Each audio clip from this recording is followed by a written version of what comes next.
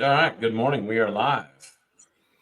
All right, everybody. Welcome back to another exciting weekly SEO jam. Obviously, it's always mirrored. I'm trying to point to the Lane Train over here, who, for those of you guys who don't know the Lane Train already, he is one of the wisest people I've ever met when it comes to building and growing and, sustaining an SEO agency. And by the way, we were kind of talking a little bit about that off air because it's not all rainbows and butterflies. I know in like groups, they love to show Stripe accounts and 2 Comma Club awards and Ferraris, but we're talking about the real shit about actually growing an agency in the trenches and what that looks like.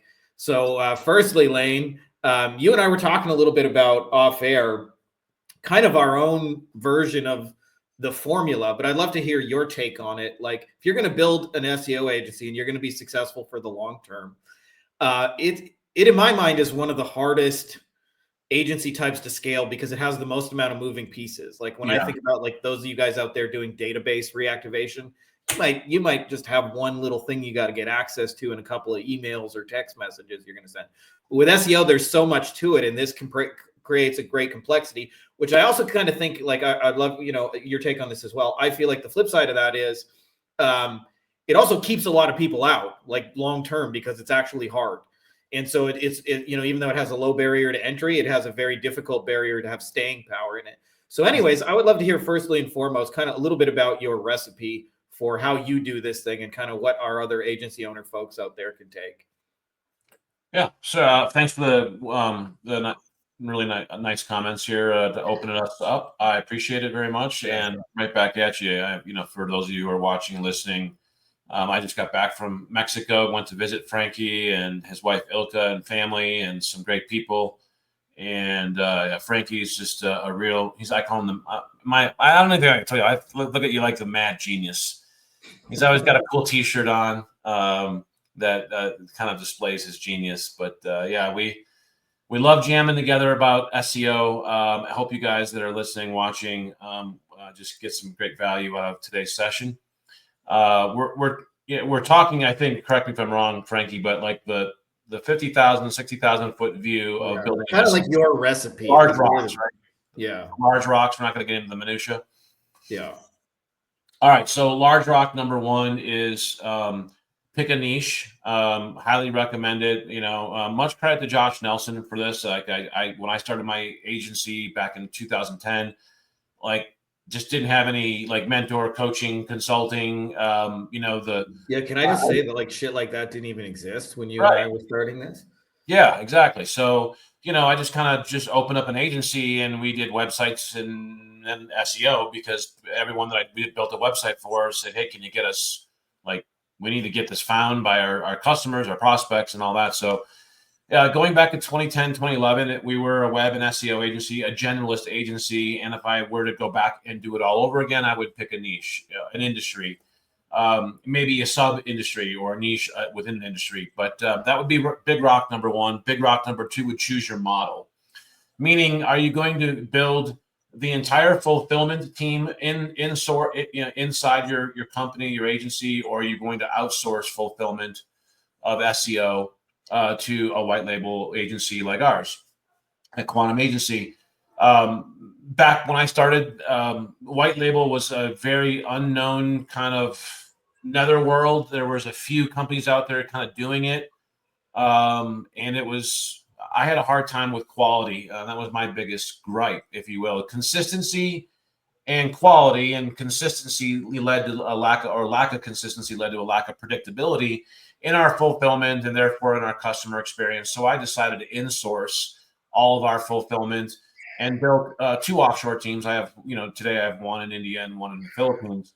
But that's a big rock. Like, are you going to actually insource fulfillment or outsource fulfillment? And there's no right or wrong there. Just know that if you're going to insource fulfillment, you're going to be subject to all the minutia that we're not going to talk about today. Which is, staying on top of what's working, what's not working. And then if you can actually deal with it at scale, most agencies don't go beyond like 20 clients, 25 clients. When you've got several hundred, you get to see a different viewpoint of things, but also you have to have your shit dialed in. If you don't, it's literally impossible at that level trying to do everything yourself. Yeah. So big rock number 2 is pick your model, in-source or outsource fulfillment. There's no right or wrong. Just pick one or the other. I wouldn't dabble in both. Don't try to go the freelancer, model. That is terrible for both. That's really not an in-source model. When you really have freelancers that are just kind of all working for you, like on a freelance basis, you're either going to have full-time employees or you're going to outsource to another agency like Quantum Agency, or there's several others out there. But pick that model. Big rock number 3 would be, especially if you're going, big rock number 3 is your technology stack. So you've got to have a tight technology stack, whether you're going to in-source or outsource. Obviously, if you're going to in-source fulfillment and have all of your own employees doing the SEO work and fulfillment, then you're going to need a little bit larger technology stack than the agency who outsources. Main things in that technology stack are going to be a project management software or system. We use Teamwork, and if you don't use Teamwork, I would recommend ClickUp. One or the two both are great. Really, again, no right or wrong there. It's just kind of what fits. I chose Teamwork, and I've stuck with Teamwork, even though I like ClickUp, some of ClickUp's features, only because inside Teamwork, we also have Teamwork Chat, which replaces Slack or any kind of Slack alternative. And we also have Teamwork Desk, which is our ticket desk or support desk, so that's all integrated into one technology system. And I like to have as little moving parts in our technology stack as is humanly possible, because back in the day of the Warrior Forum and JVZoo, I had probably 30 or 40 different moving pieces in software and was always trying new things and trying to integrate new things into our fulfillment. And you can't scale that. Simple scales, fancy fails. So tight technology stack, project management system, probably go high level for your own plus a client's CRM plus call tracking plus. A good SEO software that you can do keyword research with, competitor research with, GeoGrid research with, what have you. And then you have to have a good reporting software if you're going to fulfill. If you're not going to fulfill and you're going to outsource, your white label partner should have the reporting software system for you. So a technology stack, big rock number 3, I think it was. Yeah. And then industry. Can I just say, as a guy who watched too much wrestling, I'm here Lane going, The Rock says, know your role and have a technology stack. I would definitely say you got to have big rock number 4 would just be your policies, your procedures, your terms, your conditions, your legal. That stuff needs to be like, that's going to be more complicated if you're insourcing, because obviously policies, procedures would apply to your own internal employees, along with policies and procedures that apply to your your Can client. I just say that's one of those things you're describing that's probably not a big deal for those of you guys listen who got 5, 10 clients, but if you plan to go to 100, like that stuff's going to come up like religiously. Yeah. I think obviously then and wrapped maybe up into your policies, your procedures, your agreements, how you're going to actually sell. That is wrapped up in that is then maybe your prospecting and sales system. Because I think when you're selling SEO, you've got to sell it well. You've got to explain it well. You've got to set expectations properly. And so all that kind of goes into just properly informing and educating the prospect when they're in the prospect / selling process. I'd say the biggest failure I've seen in SEO with agencies is that they don't sell it properly, meaning they oversell, they overpromise, underdeliver, or they don't set expectations properly, and therefore they end up with a very uneasy, anxious client who's expecting leads very quickly, and so. Yeah. I've always, by the way, what happens is for most of you guys in that like 1 to 3 month range, they cancel and go, we're not going to stay. And what you guys obviously want is people to continuously pay you over the long term for this kind of stuff. Right. So if you don't sell it right and don't set expectations properly, then you have. But I'm just kind of saying that's where what you described, where it shows up for people is you're 2 months into it and the client says, well, we're not number 1. Our phone's not ringing off the hook. And it's really like that whole thing started because you sold it wrong. And therefore. Right. which leads me to your policies, procedures, your terms, your conditions, your agreement. I would have a year contract, just put it right out there, right? A year contract. That way you get somebody who's committed for a year, and that way you have the time you need to get them the results, because it always gets best in 6 months, 6 to 12. The first 6 months, there's the Google dance, there's the up and downs, there's what starting point did we bring this client in at? There's all sorts of things. There's, potentially work that we have to do to undo damage that was done in the past. There's all sorts of things that can be, variables that go into the starting point for a campaign. And I always just say, look, if you can give us 12 months, you're going to be very, very happy. If you're anxious and worried in months 3 to 6, you're not a good candidate for SEO. Yeah. Say that right to the prospect and let them decide which kind of person they're going to be.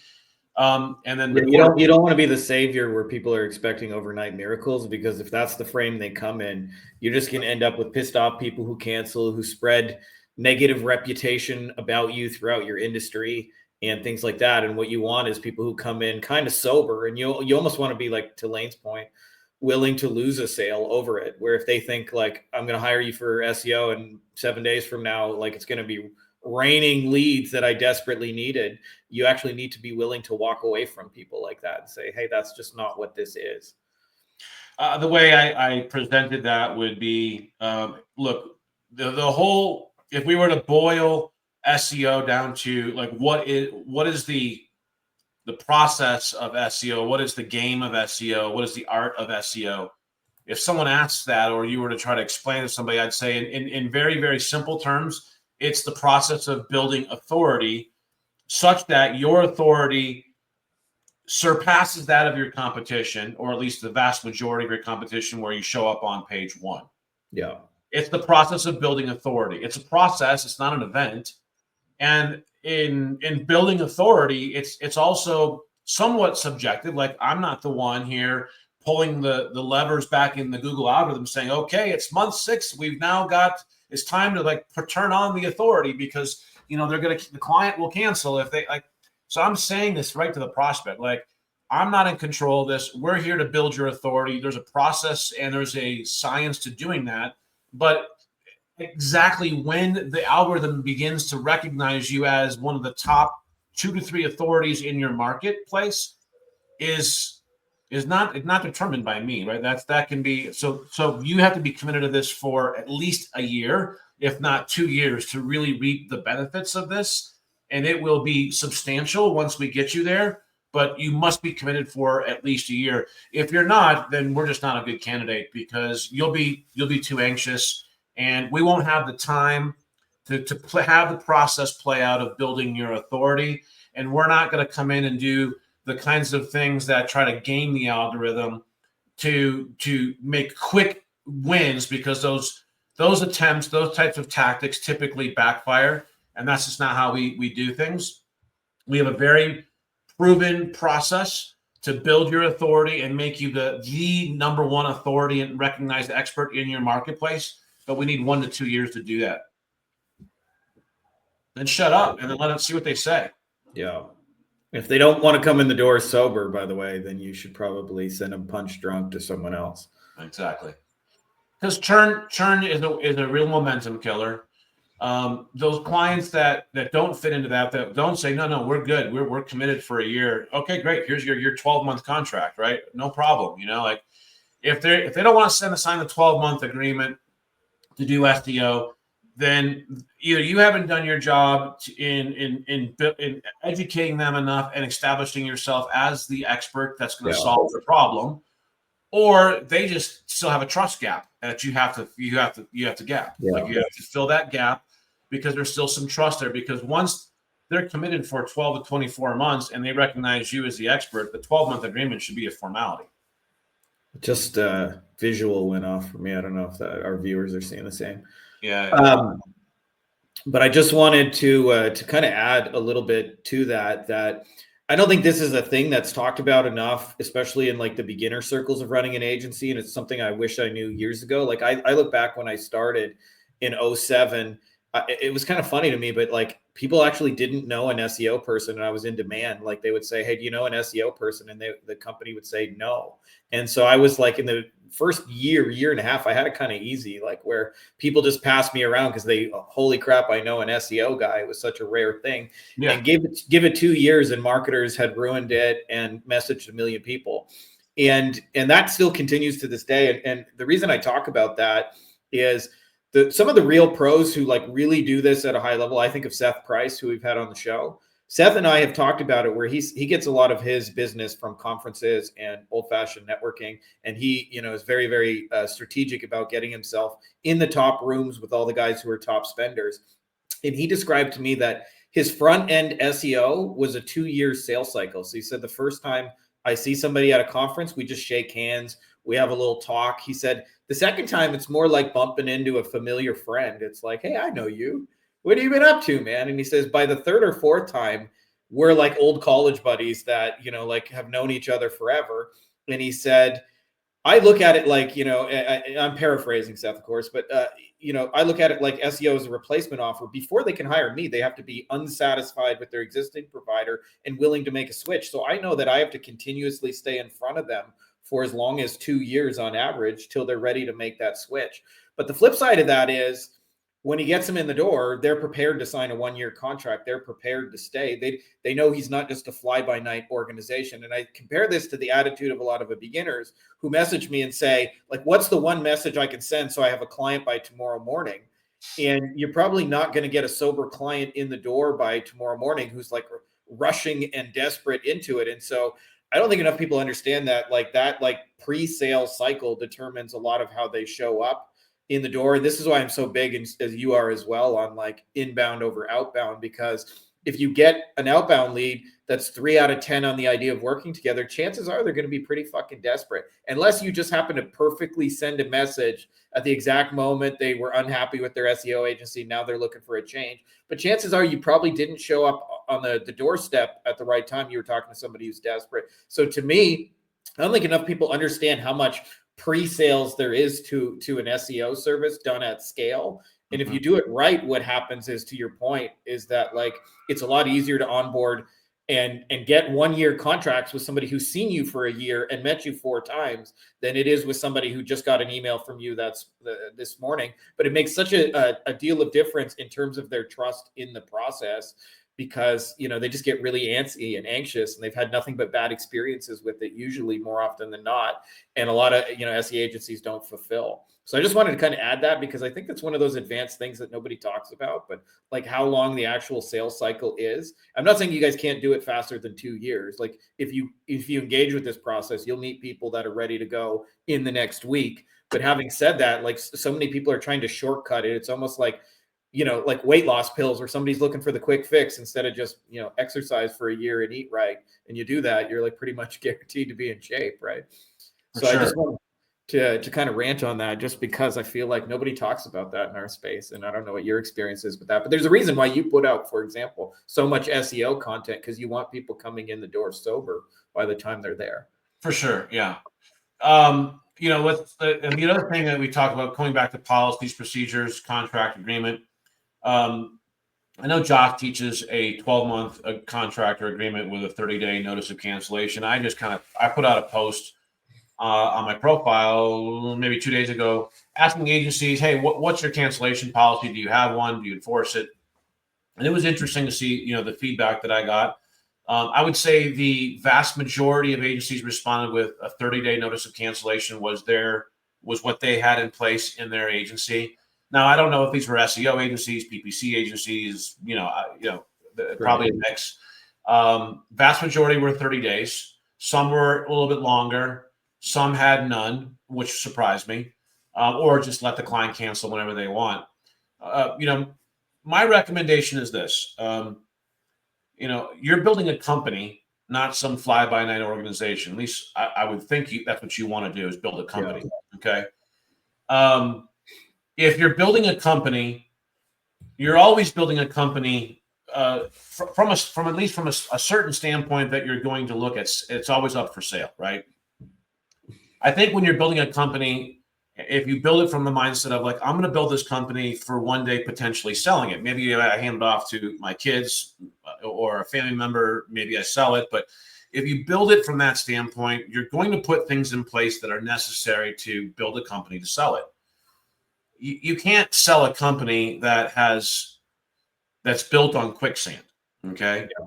And if you don't have some legal in place, if you don't have some strategy in place, and you're just letting clients cancel whenever they want, you're setting yourself up for failure, and you're setting yourself up for nobody will want to come in and buy that company, right? Because you have no security at all. I would also say you won't want to run that company. You're already in a high churn industry. What's that?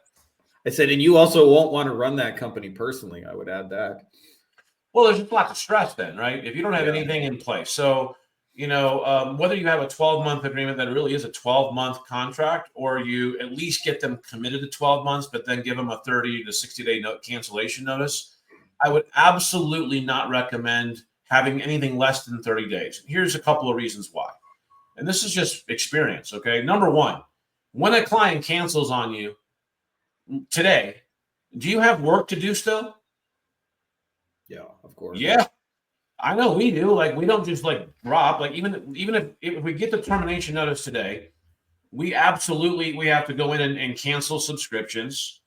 We have to take some things off the website. We have to terminate reporting and all the internal things that we have in our system, the project, all the tasks that are scheduled out into usually like 3 months into the future in our projects, so that everything is laid out. There's internal communications, there's external communications that have to happen. That's just work that has to be done. I'm not doing that for free. And I would tell you from experience as well, often they don't know how to access any of their own things. So they'll have the new company contact you and ask you for all this. Bingo. Shit. So that's the second component of offboarding a client. You have, if you're going to do it professionally and properly, and in a way that doesn't hurt the end client, right? Their business, there's work to do there to offboard properly, to get them the access they need, make sure that they can log in, yada, yada, yada. So there is. By the way, I can promise you everybody here who's done this a little bit has been on the other side, where there's an old company that's pissed off about being let go. And so they kind of sabotage you and won't professionally get you access to it. They try and look the part and say all the right things, but they don't respond to you with the actual information you need. And I agree with Lane's stance. Just be a pro. If you're gonna be let go, take the high road. It's a long game. 100%. Now, I will tell you that if somebody does not pay us or does not give us proper cancellation notice and just decide to disappear in the middle of the night because they don't like it, well, then they're not getting the access that they need until we get paid. Like, I'm running a company here. I'm not running a charity. I have employees that depend on me. I have to replace that client. That's another component of, if you're going to churn a client, well, I got to replace that client. I'm trying to grow, not just replace the churn that I have. And so I need to have at least 30 to 60 days in our company to go in and replace that client, so we don't see a loss of momentum and a loss of revenue, right? Going in the wrong direction. So you've got to have some policy. You have to put some thought into this. Like, if I'm going to build a company here, I'm going to have to, if I churn somebody, I'm going to have to replace them. I'm going to have to do work. I'm going to have to do proper offboarding and transitions, maybe do some migrations, things like that. That's all going to be work that we're not going to do pro bono. And if you do that pro bono work, then you're doing it at a loss, right? You're not getting paid to do it. So make sure you have some policies in place, that you think through it based on what kind of company you actually want to build. Because no professional company, like my wife works, she's a senior corporate counsel for a publicly traded company, software, and cybersecurity. They have policies and procedures and terms and agreements all in place with every single client. If the client wants to cancel, there's a window of cancellation that they have in their annual agreement with their company, right? And this is just how it goes. No respectable person or a company that is actually already a company just lets people come and go whenever they want. Especially if you're doing high level services like SEO, this is high touch, lots of moving parts. different subscriptions, reporting software, project management, so lots of costs in place, right? You can't just have people come in and churn out. And that all leads to how do you present it? How do you sell it? And what policies do you have in place to make sure that everyone's protected in the event that they do want to cancel and go somewhere else? That's going to happen. Have a process for that's in place. We have it very much spelled out in our terms and conditions in our agreement. It's very, very clear how we offboard, why we charge, why we have a 30-day cancellation notice. And I even say why. Like, I give the reasons why.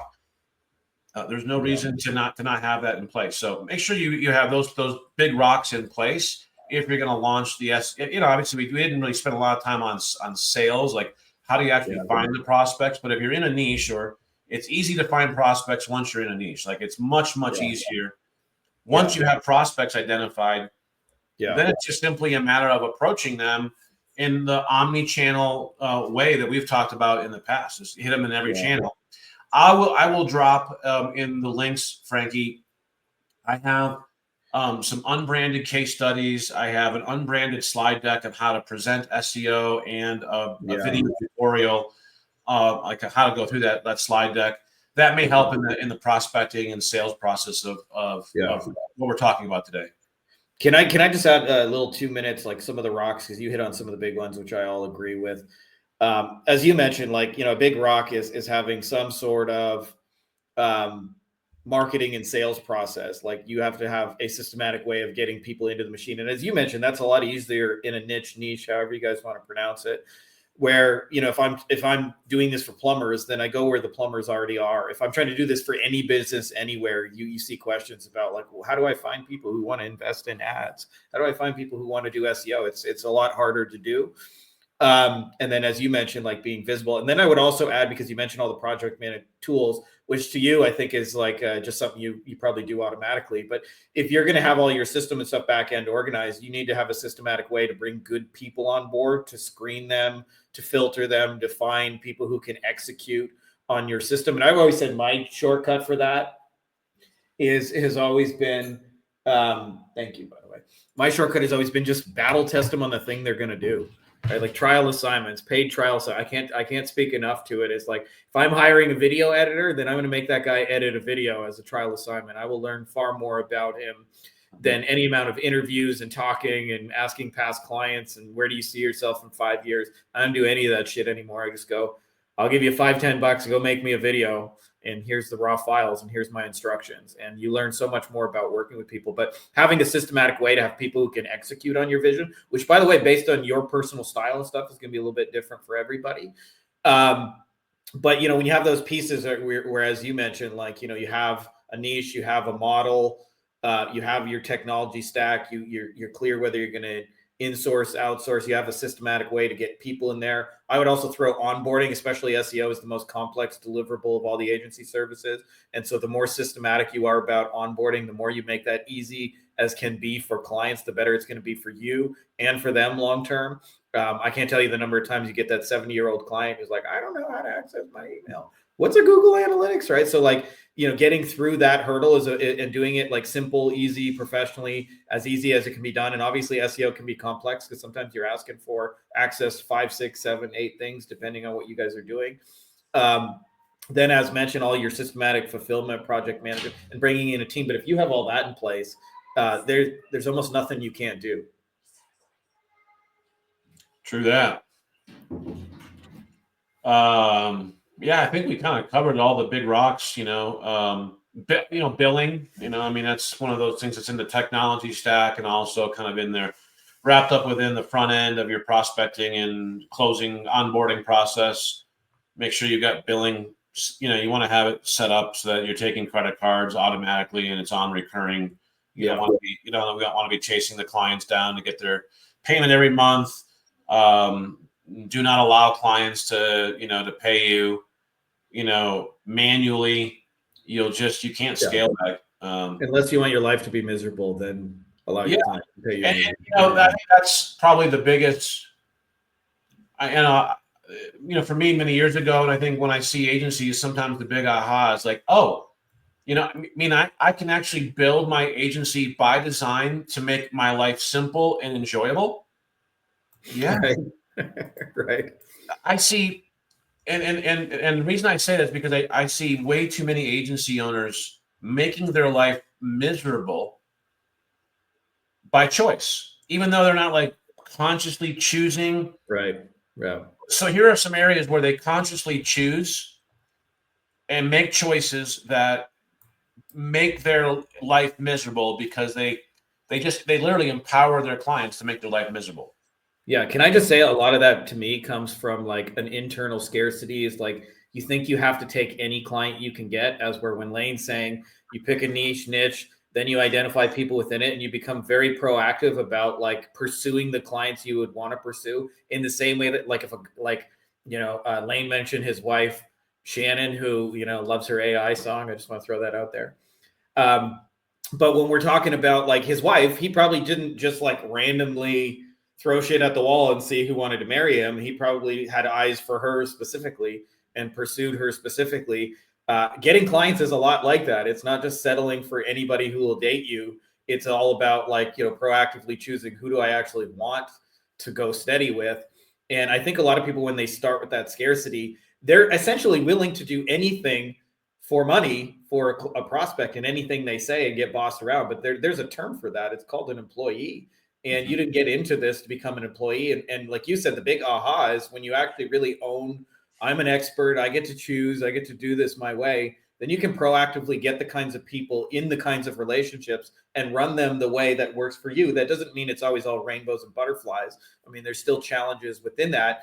But by and large, you can build this thing by design, which is the whole point. So that like, for example, like for us, I don't like doing phone calls. So like, our hiring system involves, I send you a video of the trial assignment, you do the trial assignment, you submit your payment info, we pay you, and if we like it, then we will talk to you further. But that's designed because I don't want to do job interviews with 100 people. I don't want anybody I hire to have to do job interviews. So that's just one small example of what Lane's talking about. But I feel like some of you guys listening to this are in such scarcity about getting clients that you're like a prostitute who will do anything for anyone, as long as the credit card swipes, and where you need to be is coming from a place of, I get to choose. And when you get to choose, you can do it on purpose and not be this like, if you're going to be a prostitute, at least be a high class one who gets to charge, $1,500 for the night or whatever it is. Don't be the cheap prostitute. Yeah, exactly. Don't be the cheap street hooker, be the high class one. So some areas where this comes out, meaning poor decisions, poor choices that agency owners make that make their life miserable. It's in billing, it's in reporting. Reporting is a big one. Okay, you are the boss. You are the captain of the ship. Like think of yourself. I would like to say, think of yourself like an expert physician, doctor. You don't go to your doctor's office and then tell them what they're going to report on and what they're going to do and what tests they're going to order. Like you are a 100%, you are a passenger at your doctor's office, right? Because he or she is the expert and they have a process and they determine how things are going to go. And so I think too many agency owners don't look at themselves like a physician, like an expert physician solving, real marketing health problems. Yeah. And so they let the client dictate whatever the client wants. Like in reporting is one area where it comes out. Can I just say amen to that, Lane Trey? Oh man, I have on the white label space. I deal with this constantly because I'm dealing with agency owners as our clients, really, because I'm not dealing directly with the end client, whether it's a law firm or a doctor's office or whatever.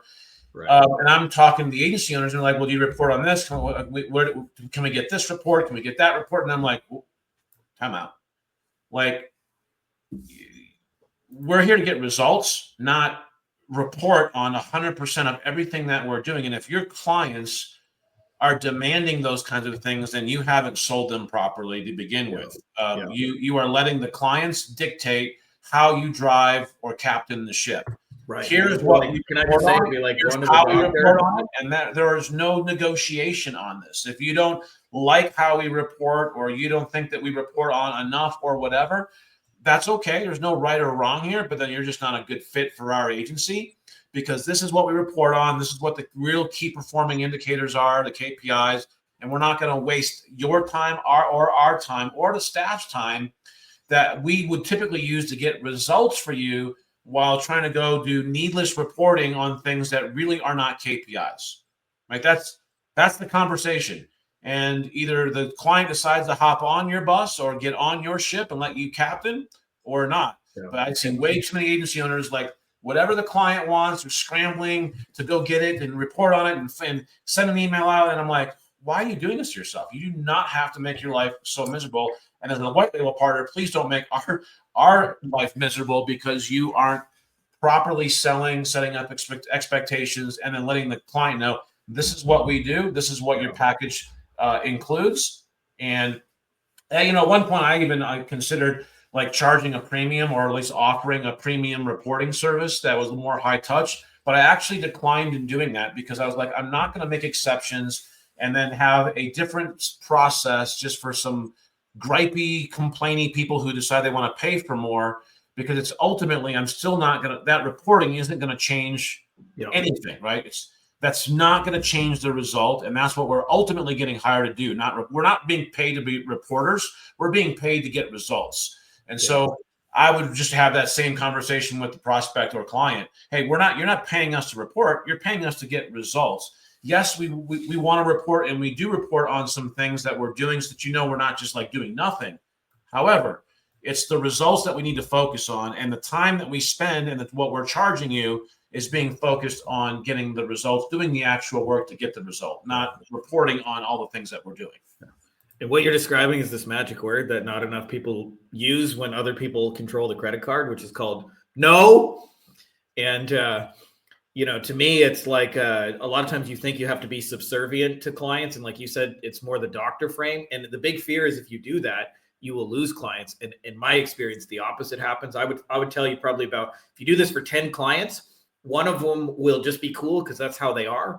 One of them will be miserable because that's how they are. And 8 of them will go the direction your expectations and your framework says they will. And a mentor of mine calls this the benevolent dictator. And the benevolent dictator says, here's how shit's going to go down. It's in your best interest that it goes down this way, such as like, I need my time spent getting you results, not reporting on results. I'm going to give you updates, but I'm not going to send you 47 different reports and send them to you every 5 minutes. If you need that, that's totally cool, but I'm not going to be your huckleberry. And most clients will go, yeah, you're right. I just want the result. Can you just keep me updated towards that? Yes, I can. Yep. Yeah, this goes back to selling it right. While they're still a prospect, before they've ever paid you, setting the expectations, letting them know, I'm the captain of the ship. I'm the physician solving this marketing health problem that you have. Let me do my work. I will definitely give you some updates and some reports, but we're not going to go overboard on reporting. Please don't send us requests. If they start to do that, then you just kindly, benevolently let them know that this is how we do it, and that it's in their best interest to just follow along and let us do the job that we were hired to do. Right? It's the same thing it's the same approach that you would take if you were if the shoe was on the other foot and you were going to your doctor's office or to your attorney's office. Hey, doctor, can you give me I want this and I want that. I want this report, and I want to know exactly what you did for that hour you billed me for. And the attorney's gonna be like, there's the door. Yeah, they'd go, I think you want to see Dr. Smith down the street. Exactly. And you go, no, don't fire me as a patient. I like you. Right. Yeah.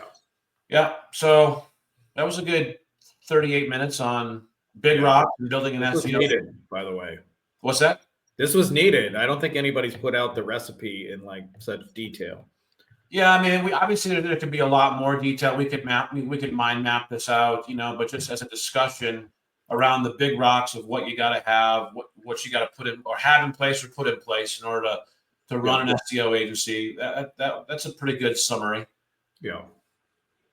Well, we appreciate you guys for coming on here and listening to us and sticking with us till the bitter end. The Lane Train dropping some fire today, talking about the real shit about running an agency, policies and accounting and things you aren't going to hear anywhere else. But this is the real shit, just so you guys know. The real shit is not 2 Comic Club awards and Lambos like it's painted on the internet. The real shit is building a sustainable machine that, as you guys get to see, like Lane every day is skiing and hiking and doing cool shit because he's taken the time to really build the machine. So Yeah, I mean, that's a good point. Pretty good way to wrap it up. Like, I really have like approach, like I'm trying to build a company, not just like I don't want to just be another employee, and that's what, there's too many agency owners that are just really often underpaid employees, like they pay cut. And even if you're getting paid more, if you're still an employee, it still sucks. I mean, there's a lot of very unhappy employees that make a lot of money. Yeah. Yeah. If you want to build a company, these things have got to be in place so that it can start to run without you, and then, I remember like going back, like we didn't even have a project management system until I got to like 15 clients. And then I was pulling my hair out. Like no one could remember enough. Like, all the few team members I had at that time, they couldn't remember everything. Where are the fucking passwords? That was right. I couldn't remember everything that needed to be done. Where's the passwords for this? So there was like no system in place in the beginning. And I was like, oh shit. Like you can do that for like 5 clients, but you get to like 10 to 15 and it becomes like chaos, right? And that was just 10 to 15 clients, but 10 to 15 SEO clients, if you don't have systems in place, it's a freaking nightmare. So, I mean, I had those days, and so when we talk about what we're talking about today from, Frankie's and I perspective, we're just literally learning. Hopefully you're learning from a lot of the mistakes that I made. And I sure wish I would have met guys like Josh and Frankie, earlier on in my journey of building an agency. So I've had to learn a lot of it just by doing. And but, along the way, I started to find mentors, find people that I could copy, find people that I could imitate. I brought some of the experience from the past building some other companies and other ventures and being a leader. That I think that really helps. Leadership is a really important trait in building a company. I've actually hired some, like, for example, I have 1 or 2 rock stars on my team that have been with me now for many years. One of them in particular, I'll remember, I actually referred her to another agency who's actually in the 7-figure agency group. And she went to work for that agency and hated it. And she quit. And she came back to me, and I ultimately hired her on, maybe a few months later or so. But I asked her why. I said, why didn't it work out at the so-and-so agency? And she said, Lane, he treats everyone terribly. Like, he yells at people, he talks down to them, he's demeaning, he blames everybody for the problems in the company. It's just like a really nasty, toxic environment. Like, and I just did not like, I didn't want to be there at all.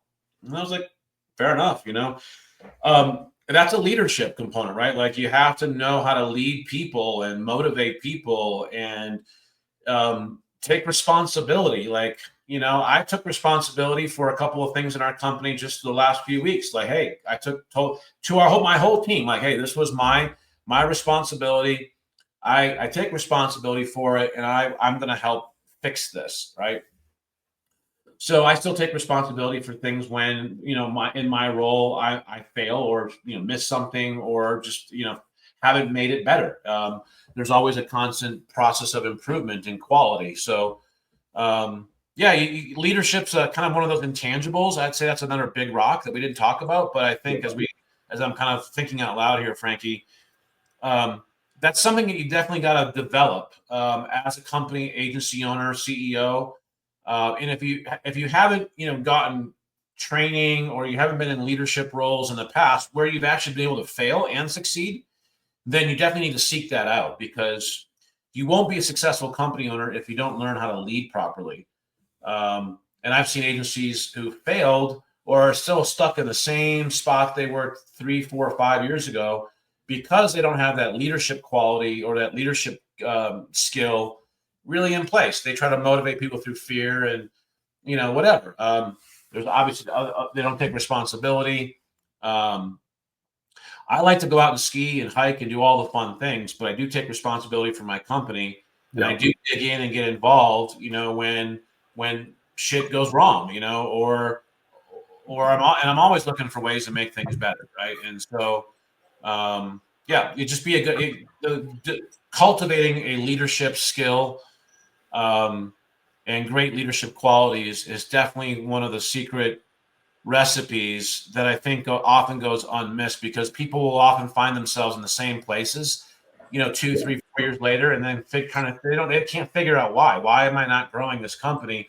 And often it's just because they don't have the leadership skills in place to really build a team around them. You just turned off for me again. Yeah, my camera has that auto shut off feature. It's coming back on. But anyway, rant over. All right. We appreciate you guys. And this, I hope this was super helpful in giving you guys that 38,000 foot view, the recipe, because when you see how all the rocks fit together, you're in much better shape to actually build it. I think, I'm sure the same for you. It was flying blind for me for a lot of years, not knowing what I was actually trying to do. And when we give you guys this, like, you can do it a lot faster. That doesn't mean it's easy, but we appreciate you guys coming on here, checking this out, because this was one of those deep dive episodes. Yeah, man. Awesome. Good spending time with everyone. Frankie, appreciate you, brother. See you guys. Have a great day.